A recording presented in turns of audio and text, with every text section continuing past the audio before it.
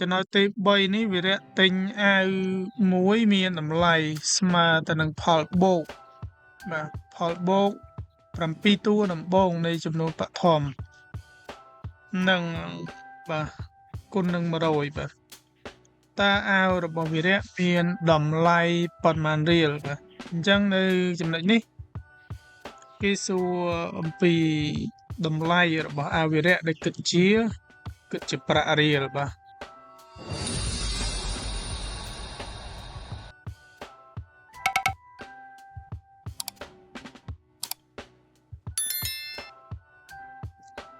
បាទសួស្តីអ្នកនរគ្នាបាទអញ្ចឹងថ្ងៃនេះយើងចូលដល់ចំណោទបន្ទាប់បាទគឺចំណោទដែលខ្ញុំលើកយកមកបកស្រាយនៅទីនេះបាទគឺនៅចំណោទទី3ហើយនិងចំណោទទី4បាទអញ្ចឹង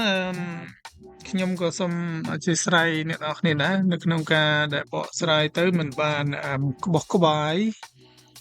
ឬក៏មិនបានដូចអ្វីដែលអ្នកនរគ្នារំពឹងទុកបាទ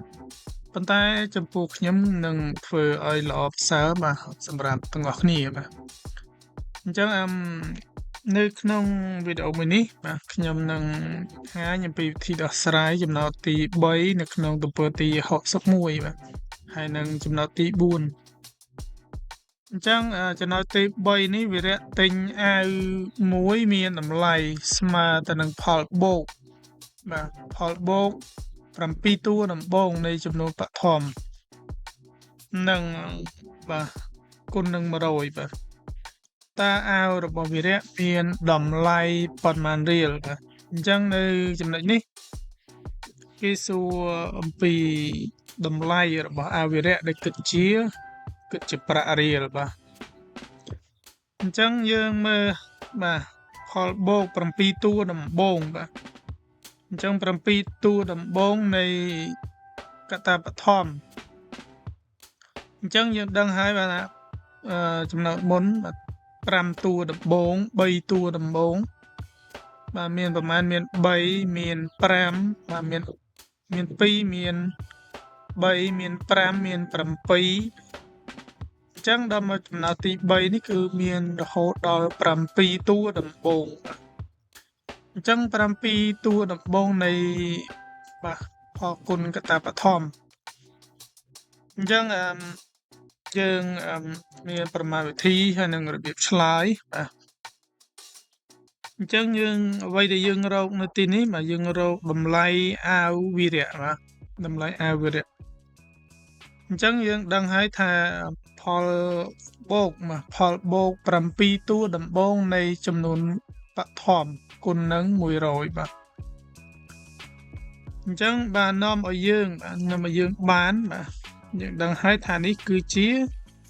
ចំនួនបឋម7តួដំបូងមានប្រមាណបាទមាន2 3 5 7 11 13និង17អញ្ចឹងបើយើង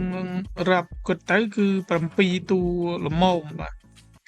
អញ្ចឹងលេខដែលខ្ញុំបានបង្ហាញនៅទីនេះសិតសឹងទៅជាចំនួនបឋមបាទជាចំនួនបឋមអញ្ចឹងយើងបូកបញ្ចូលគ្នាទៀតបាទអញ្ចឹងគេដាក់ថាផលបូក7តួដំបូងអញ្ចឹងបាននាំមកយើងបានបាទឬក៏គេបានបាទ2បូកនឹង3បាទអញ្ចឹងយើងទៅតាមបញ្ញត្តិឬក៏បំរាប់ដែលគេបានប្រាប់ឲ្យយើងដើរបាទអញ្ចឹង2បូកនឹង3 3បូក5 5បូកនឹង7 7បូកនឹង11 11បូកនឹង13បាទ13បូកនឹង17អញ្ចឹងចំណុចនេះគឺជាការបូក7តួដំបូងបាទអញ្ចឹងយើងទៅមើលប្រមាណវិធីមកយើងធ្វើប្រមាណវិធីអញ្ចឹងយើង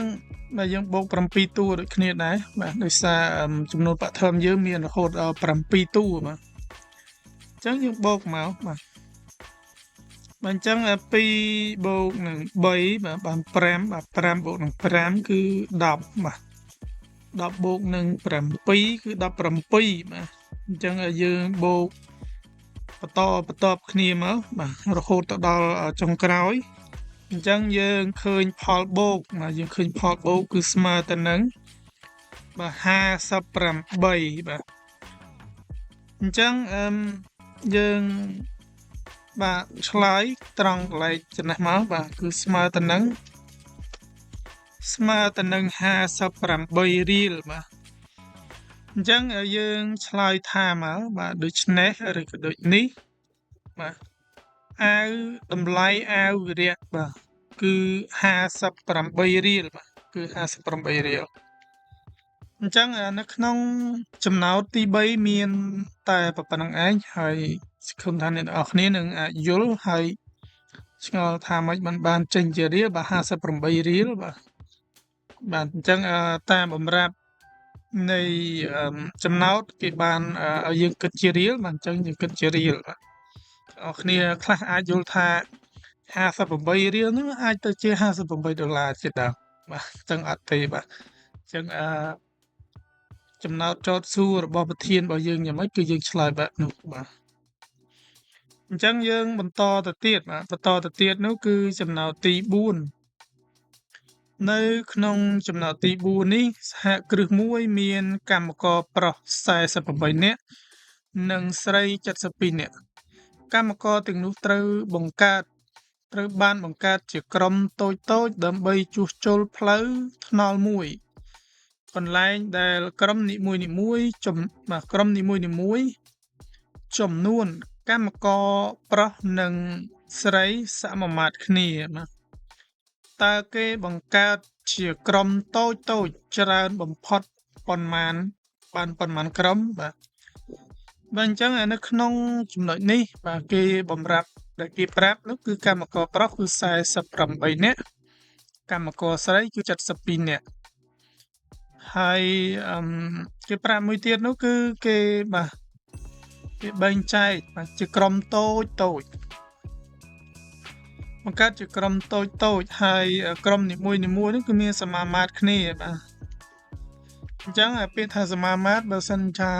មួយក្រុមមានប្រុស2នាក់បាទពីព្រោះប្រុសនៅទីនេះគឺតិចដែរបាទចំណែកឯស្រីគឺច្រើនអញ្ចឹងបើប្រុស2នាក់ក្រុមផ្សេងក៏ត្រូវតែ2នាក់ដូចគ្នាអានេះគ្រាន់តែឧទាហរណ៍នៅខាងក្រៅអញ្ចឹងក្នុងករណីបើប្រុសមាន3នាក់គ្រប់ក្រុមទាំងអស់ក៏មាន3នាក់ដូចគ្នាដែរអញ្ចឹងសំណួរតើគេបង្កើតក្រុមតូចច្រើនបំផុតបានប៉ុន្មានក្រុមបាទអញ្ចឹងយើងដោះស្រាយមកបាទអញ្ចឹងបរិមាណវិធីហើយនឹងរបៀបឆ្លើយបាទអញ្ចឹងយើងរកនៅទីនេះបាទយើងរកបាទក្រុមតូចដែលបង្កើតបានជាក្រុមច្រើនបំផុតបាទអញ្ចឹងនៅក្នុងនេះបាទតេតិនទៅនឹងការរកពហុគុណរួមតូចបំផុតបាទអញ្ចឹងយើងរកពហុគុណរួមតូចបំផុតអញ្ចឹងពហុគុណដែលយើងមាននោះគឺបាទ48ហើយមួយទៀតនោះគឺ72បាទអញ្ចឹងនាំឲ្យបាទគេបានឬក៏យើងបានបាទ48នេះបាទមានពហុគុណបាទមាន2គុណនឹង2បាទអញ្ចឹងគុណនឹង2គុណនឹង2ហើយគុណនឹង3បាទអញ្ចឹងពហុគុណនៃ48មានបាទនឹងឯងបាទអញ្ចឹងឲ្យយើងក៏លេខមើលពហុគុណនៃ72អំពីស្ត្រីវិញបាទស្ត្រីវិញអញ្ចឹងពហុគុណនៃ72មានបាទអញ្ចឹងមាន2គុណនឹង2គុណនឹង2បាទគុណនឹង2គុណនឹង3ហើយគុណនឹង3បាទ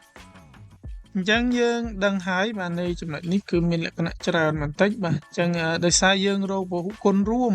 បាទរួមអញ្ចឹងនាំឲ្យយើងបានបាទ2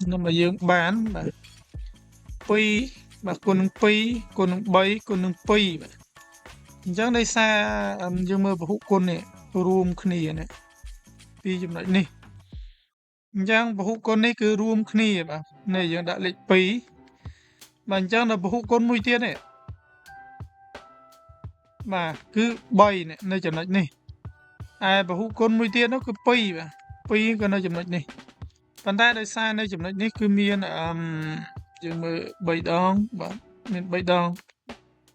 អញ្ចឹងនៅសល់2ទៀតបានយើងដាក់ត្រឹមនេះខ្ញុំគូអំបញ្ញមិញគឺបាទដោយទាំងចំណុចនេះដោយសារនៅខាងលើចំណុចខាងលើមាន3តួបាទមាន2 2 2អញ្ចឹងខ្ញុំគូនៅខាងក្រោមនេះលើសរហូតដល់4អញ្ចឹងគូត្រឹមតែបាទតែ3បានហើយបាទអញ្ចឹងនៅសល់2មួយទៀតបានន័យថា2នេះ2ខណៈគុណហើយ2ខណៈបាទខាងនេះបាទអញ្ចឹងគុណ3នេះ3ខណៈអញ្ចឹងចុងក្រោយ2បាទអញ្ចឹងនាំឲ្យច្រើនបំផុតគឺ24បាទអញ្ចឹង24នេះគឺជាក្រុមតូចៗដែលគេបង្កើតបានបាទអញ្ចឹងយើងឆ្លើយថាបានឲ្យបាទតួចែករួមធំបំផុតនៃ48និង72គឺបាទ24ចឹងឆ្លើយថាមកបាទដូចនេះឬក៏ដូចនេះបាទគេអាចបង្កើតក្រុមតូចៗបានច្រើនបំផុតគឺ20បាទ24ក្រុមអញ្ចឹង24ក្រុមច្រើនដោយសារហើយក្រុមនីមួយៗគឺសមាមាត្រគ្នាបាទអញ្ចឹង24ក្រុមបើគិតទៅក្រុមតូចៗបាទច្រើនដែរអញ្ចឹងយើងចង់ដឹងបន្តទៀតយើងអាចគណនាបន្តទៀតពេលខ្លះយើងចង់ដឹងថាក្រុមនេះមានប្រមាណអ្នកបាទប៉ុន្តែនៅក្នុងចំណោទរបស់យើងគឺមានតែប៉ុណ្្នឹងឯងបាទអញ្ចឹងខ្ញុំមិនបកស្រាយទៅណាឆ្ងាយទេបាទគឺច្រើនបំផុតគឺ24ក្រុមបាទអញ្ចឹងចំណោទទី3និងចំណោទទី4មានតែប៉ុណ្្នឹងឯងបាទខ្ញុំសូមអរគុណចំពោះការចំណាយពេលវេលាដ៏មានតម្លៃនៅក្នុងការបាទទស្សនាពីដើមរហូតមកដល់ចប់បាទអញ្ចឹងចុងក្រោយបាទសូមអរគុណសូមជម្រាបលា